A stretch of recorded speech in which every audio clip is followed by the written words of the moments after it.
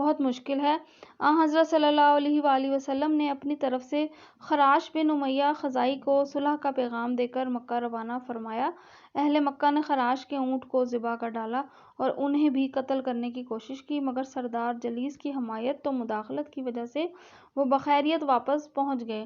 اس کے بعد محمد صلی اللہ علیہ وسلم نے حضرت عمر رضی اللہ تعالیٰ عنہ کو سفیر بنا کر بھیجنا چاہا۔ انہوں نے عرض کیا، مجھے کوئی عذر نہیں، لیکن مکہ میں میرے قبیلے کا کوئی آدمی نہیں، اس لیے بہتر ہے کہ عثمان رضی اللہ تعالیٰ عنہ بن عفان کو بھیجا جائے، کیونکہ ان کا قبیلہ بنو امیہ مکہ میں بہت بااثر ہے، انہیں کوئی غضب نہیں پہنچائے گا۔ حضرت صلی اللہ علیہ وسلم نے اس تجویز کو قبول فرماتے ہوئے حضرت عثمان رضی اللہ تعالیٰ عنہ کو سفارت کے فرائض سونپے۔ قریش نے کہا، ہم تمہیں طواف کی اجازت دیتے ہیں، لیکن محمد صلی اللہ علیہ وسلم کو اس کی اجازت نہیں دیتے۔ حضرت عثمان رضی اللہ تعالیٰ عنہ نے یہ شرط ماننے سے انکار کر دیا۔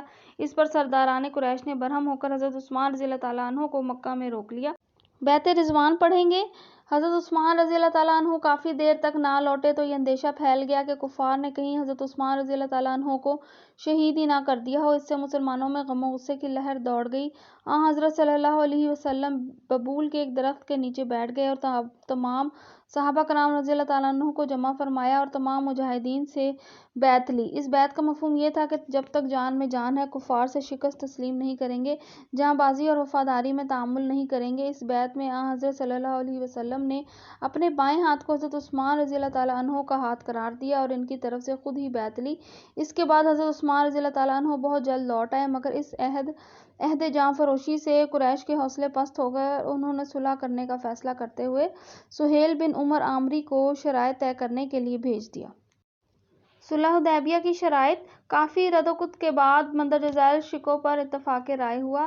نمبر 1، مسلمان اس سال عمرہ کیے بغیر واپس چلے جائیں۔ نمبر 2، مسلمانوں کو آئندہ سال عمرہ کی اجازت ہوگی، مگر وہ 3 دن سے زیادہ مکہ میں قیام نہیں کریں گے۔ نمبر 3، مسلمان آئندہ سال ہتھیار لگا کر نہیں آئیں گے، تلواریں نیاموں میں ہوں گی اور نیام بھی تھیلوں میں ہوں گے۔ نمبر 4، مکہ میں جو مسلمان پہلے سے موجود ہیں ان میں سے کسی کو اپنے ساتھ نہ لے جائیں اور مسلمانوں میں سے جو کوئی مکہ میں رہنا چاہے اسے نہ روکیں۔ نمبر 5، مکہ کے رہنے والوں میں سے اگر کوئی شخص اسلام قبول کر کے مدینہ چلا جائے تو واپس بھیج دیا جائے گا، لیکن اگر مدنی مسلمانوں میں سے کوئی آبائی دین کی طرف لوٹ جائے اور مکہ چلا آئے تو اسے واپس نہیں کیا جائے گا۔ نمبر 6، عرب قبائل کو اختیار ہوگا کہ وہ جس فریق کے ساتھ چاہیں معاہدہ کر لیں۔ ان قبائل پر بھی اس معاہدے کی شرائط کا اطلاق اہل قریش اور مسلمانوں کی طرح ہوگا۔ نمبر 7، 10 سال تک قریش اور مسلمان آپس میں جنگ نہیں کریں گے۔ اس معاہدے کی کتابت حضرت علی کرم اللہ وجہہ نے فرمائی۔ جب انہوں نے لکھنا شروع کیا تو انہوں نے بسم اللہ الرحمن الرحیم سے ابتدا کی، لیکن سہیل نے اعتراض کیا کہ ہم کسی رحمان کو نہیں جانتے۔ جاہلی دستور کے مطابق بسمک اللہم لکھو۔ رسول اللہ صلی اللہ علیہ وسلم کے حکم سے یہ شرط مان لی گئی۔ اس کے بعد حضرت علی رضی اللہ تعالیٰ عنہ نے محمد رسول اللہ لکھا تو سہیل بھی معترض ہوا کہ ہم محمد صلی اللہ علیہ وسلم کو رسول نہیں مانتے۔ حضرت علی رضی اللہ تعالیٰ عنہ نے خود اپنے ہاتھوں سے رسول اللہ پر خط تنسیخ پھیرنے سے انکار کر دیا۔ اس پر حضرت محمد صلی اللہ علیہ وآلہ وسلم نے خود قلم ہاتھ میں لے کر رسول اللہ کاٹ دیا۔ اس کے بعد پڑھیں گے ابو جندل کا واقعہ۔ ابو جندل کا واقعہ بادی نظر صلح کی شرائط مسلمانوں کے نقطہ نظر سے نامساوی اور مغلوبانہ تھیں۔ یہ شرائط یک طرفہ تھیں اور ان پر عمل درآمد بعید از انصاف تھا۔ ابھی ان معاہدے کی کتابت مکمل نہ ہوئی تھی کہ سہیل کا اپنا بیٹا ابو جندل رضی اللہ تعالیٰ عنہ، جنہوں نے اسلام قبول کر لیا تھا اور مکہ میں مختلف نوع مصائب برداشت کر رہے تھے، بھاگ کر وہاں آ پہنچے۔ حضرت صلی اللہ علیہ وسلم نے سہیل کو سمجھایا کہ ابھی معاہدے پر دستخط نہیں ہوئے، لہٰذا ابو جندل رضی اللہ تعالیٰ عنہ کو ہمارے ساتھ بھیج دو، مگر وہ نہ مانا۔ حضور اکرم صلی اللہ علیہ وسلم نے ابو جندل رضی اللہ تعالیٰ عنہ کو صبر کی تلقین فرماتے ہوئے کہا، ابو جندل صبر کرو، اللہ کوئی صورت ضرور پیدا فرما دے گا۔ صحابہ کرام ابو جندل رضی اللہ تعالیٰ عنہ کی حالت زار پر بہت پیچ و تاب کھا رہے تھے، مگر رسول اللہ صلی اللہ علیہ وسلم کی حکمت عملی کے سامنے بے بس و خاموش تھے۔ صحابہ کرام کی بے چینی۔ صلح نامہ کی یک طرفہ و مغلوبانہ شرائط سے صحابہ کو تشویش اور پریشانی تھی۔ حضرت عمر رضی اللہ تعالیٰ عنہ نے حضرت ابوبکر رضی اللہ تعالیٰ عنہ اور رسول اللہ صلی اللہ علیہ وسلم کے سامنے اظہار کرتے ہوئے کہا کہ جب ہمارا دین برحق ہے اور محمد صلی اللہ علیہ وسلم اللہ کے رسول ہیں تو ہم اس کمزور پوزیشن کو قبول کیوں کر رہے ہیں؟ حضرت صلی اللہ علیہ وسلم نے ارشاد فرمایا، میں خدا کا بندہ اور اس کا رسول ہوں، میں اس کے حکم کی مخالفت نہیں کر سکتا۔ اس پر حضرت عمر رضی اللہ تعالیٰ عنہ نے ندامت محسوس کی، کثرت سے نوافل ادا کیے اور صدقہ دیا تاکہ توبہ قبول ہو جائے۔ صلح نامہ حدیبیہ کے نتائج اور اہمیت۔ خارجی احوال اور ظاہری شرائط کی روح سے صلح نامہ حدیبیہ مسلمانوں کے لیے مغلوبانہ اور توہین و استخفاف کا پہلو لیے ہوئے تھا اور اکثر صحابہ اس پر پریشان تھے۔ چنانچہ جب انہیں بال منڈوانے اور احرام اتارنے کا حکم ملا تو وہ بہت مایوس و دل برداشتہ ہوئے، مگر اس کے باوصف رسول اللہ صلی اللہ علیہ وآلہ وسلم نے فرمایا، قسم ہے اس ذات کی جس کے ہاتھ میں محمد صلی اللہ علیہ وسلم کی جان ہے، یقیناً یہ فتح ہے۔ اس پر اللہ تعالیٰ نے سورہ فتح کی مندرجہ ذیل آیات نازل فرمائیں تو سب پر صلح نامہ کی باطنی مضمرات عیاں ہو گئے۔ آیات کا ترجمہ ہے، اے نبی، ہم نے تمہیں واضح فتح عطا کر دی تاکہ اللہ تمہاری آئندہ و گزشتہ ہر کوتاہی سے درگزر فرمائے اور تم پر اپنی نعمت کی تکمیل کرے اور تمہیں سیدھا راستہ دکھائے اور تم کو زبردست نصرت بخشے، اور اللہ کے نزدیک یہ بڑی کامیابی ہے۔ بعد کے واقعات نے عنصری و مادی لحاظ سے ثابت کر دیا کہ یہ واقعی مومنین کی فتح مبین تھی۔ اس کے نتائج سے مندرجہ ذیل اور خصوصاً قابل ذکر ہیں۔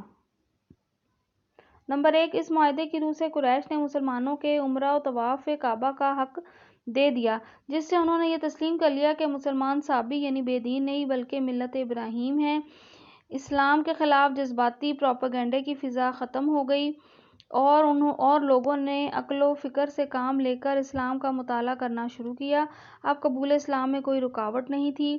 چنانچہ صلح نامہ حدیبیہ کے بعد 2 سالوں میں مسلمانوں کی تعداد 10,000 تک پہنچ گئی۔ نمبر 2، قریش کے اشراف تک جو اسلام کی کورانہ مخالفت کر رہے تھے۔ اسلام کا اولین مرکز و مہد مدینہ تھا جہاں نہیں جا سکتے تھے۔ اس صلح نامہ کی روح سے اب انہیں مدینہ جا کر مطالعہ اسلام کے مواقع ملے، جس کی وجہ سے بلند مرتبت لوگ حلقہ اسلام میں داخل ہوئے، جن میں سے حضرت خالد بن ولید اور عمرو بن العاص خاص طور پر قابل ذکر ہیں۔ صلح نامہ میں قریش نے اسلامی حکومت کو تسلیم کر لیا۔ یہ بات مسلم ہو گئی کہ عرب میں اس وقت صرف 2 طاقتیں ہیں، ایک قریش مکہ اور دوسری مدینۃ النبی صلی اللہ علیہ وسلم کی اسلامی حکومت۔ چنانچہ بہت سے قبائل نے اہل اسلام کے ساتھ معاہدے کیے۔ بنو خزاعہ اور بنو بکر اکثر و بیشتر برسر پیکار رہتے تھے۔ بنو خزاعہ نے اسلامی حکومت اور بنو بکر قریش مکہ کے ساتھ معاہدہ کیا۔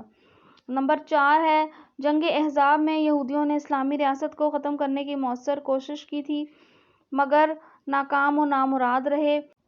وہ ابھی تک مسلمانوں کے خلاف مغاندانہ و جارحانہ عزائم رکھتے تھے۔ صلح حدیبیہ نے محمد صلی اللہ علیہ وسلم کو ان سے نمٹنے کا موقع دے دیا۔ آپ صلی اللہ علیہ وسلم نے خیبر فتح کر کے یہودیوں کا مکمل استحصال فرمایا اور ان کے سیاسی اڈے کو ختم کر ڈالا۔ نمبر 5، معاہدے کی کتابت کے وقت سہیل بن عمر کا زعم تھا کہ وہ اشاعت اسلام پر پابندی لگا دے گا۔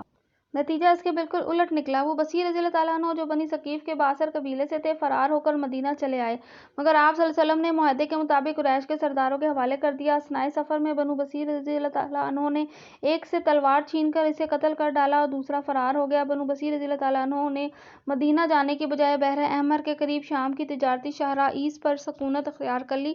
ابو جندل رضی اللہ تعالیٰ عنہ اور دوسرے مسلمان مکہ سے بھاگ کر یہاں جمع ہوتے گئے اور ان کی تعداد 70 تک پہنچ گئی۔ یہ لوگ قریش کے تجارتی قافلوں کو لوٹ لیتے۔ قریش کی اقتصادیات کو ناقابل تلافی نقصان پہنچا۔ انہوں نے تنگ آ کر رسول اکرم صلی اللہ علیہ وآلہ وسلم کو خود معاہدے میں ترمیم کرنے کی پیشکش کی کہ آپ صلی اللہ علیہ وسلم مسلمانوں کو بحر احمر کی تجارتی شاہراہ سے واپس بلا لیں۔ اس طرح معاہدے کی یک طرفہ شرط منسوخ ہو گئی۔ صلح حدیبیہ فتح مکہ کا پیش خیمہ ثابت ہوئی۔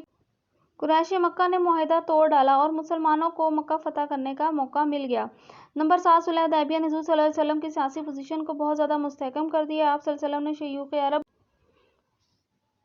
روم و عجم کے بادشاہوں کو اسلام کی رغبت دلائی اور دعوتی خطوط روانہ فرمائے۔ ایران، روم کے مغرور اور متکبر بادشاہوں نے دعوت اسلام مسترد کر دی، مگر بحرین کے حاکم منذرین سعدی، عمان کے سرداروں جعفر اور عبد اور شاہ حبشہ نجاشی نے اسلام قبول کر لیا۔ اس طرح وہ صلح نامہ جسے شروع میں مسلمانوں نے ذلت آمیز و نقصان دہ قیاس کیا، اپنے فوائد و برکات کے ساتھ ظاہر ہوا اور فتح مبین کا ربانی وعدہ پایۂ تکمیل تک پہنچا۔